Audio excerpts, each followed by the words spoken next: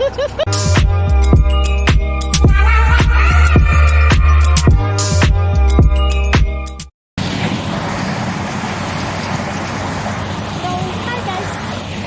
video ay kami dito sa Mamansan.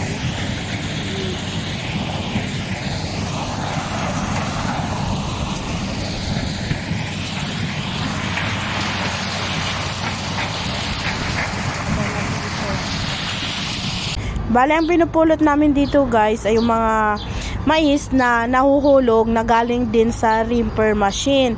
So ayan guys, sayang din naman kasi pag hindi natin to makuha at makailang sako din naman tayo makuha nito. Kasi sayang guys.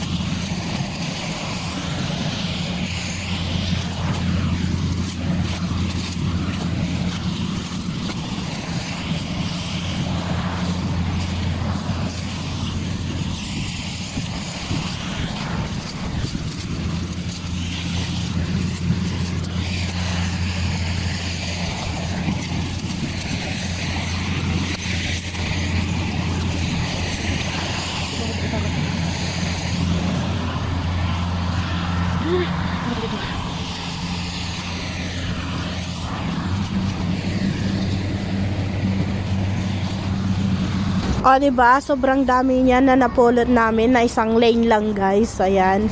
Ganyan nakadami yung nahuhulog ng machine reaper. Ayan, sumakay na din ako sa reaper machine para makita natin ng maayos ang pagkuha nito sa mga mais. Ayan, guys.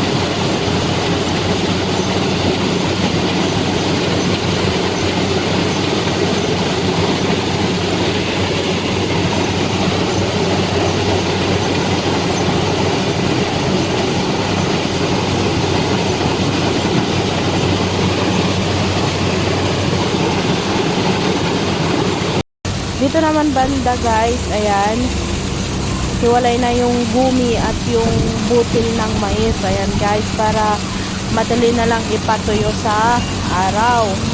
Ayan, at doon naman nalabas yung mga balat na mais.